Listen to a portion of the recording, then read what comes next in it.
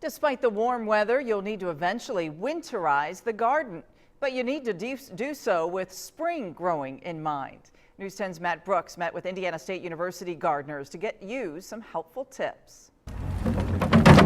For gardeners, it's been the year that keeps on giving, but they'll eventually have to pull plants if it hasn't been done already.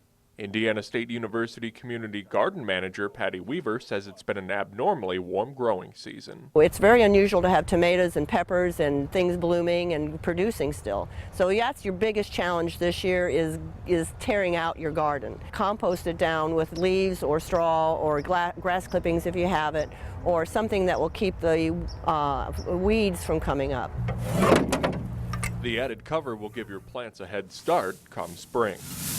Protecting the soil from freezing and thawing actually is good for the organisms that live in the soil. They have a nice cover so they can still work through the winter and bring in the nutriments to the soil that your plants will take up. Among that protection should be compost, including dead leaves, fruit, and vegetable scraps, among many.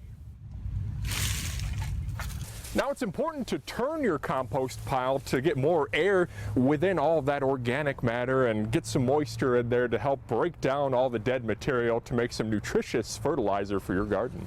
You should take note of what's been pulled before you plant in the spring. You don't want to follow potatoes behind tomatoes. They're in the same family and they cause the same diseases. So you just need to remember where you planted something and make sure you don't plant it in that same spot again. In Terre Haute, Matt Brooks, News 10.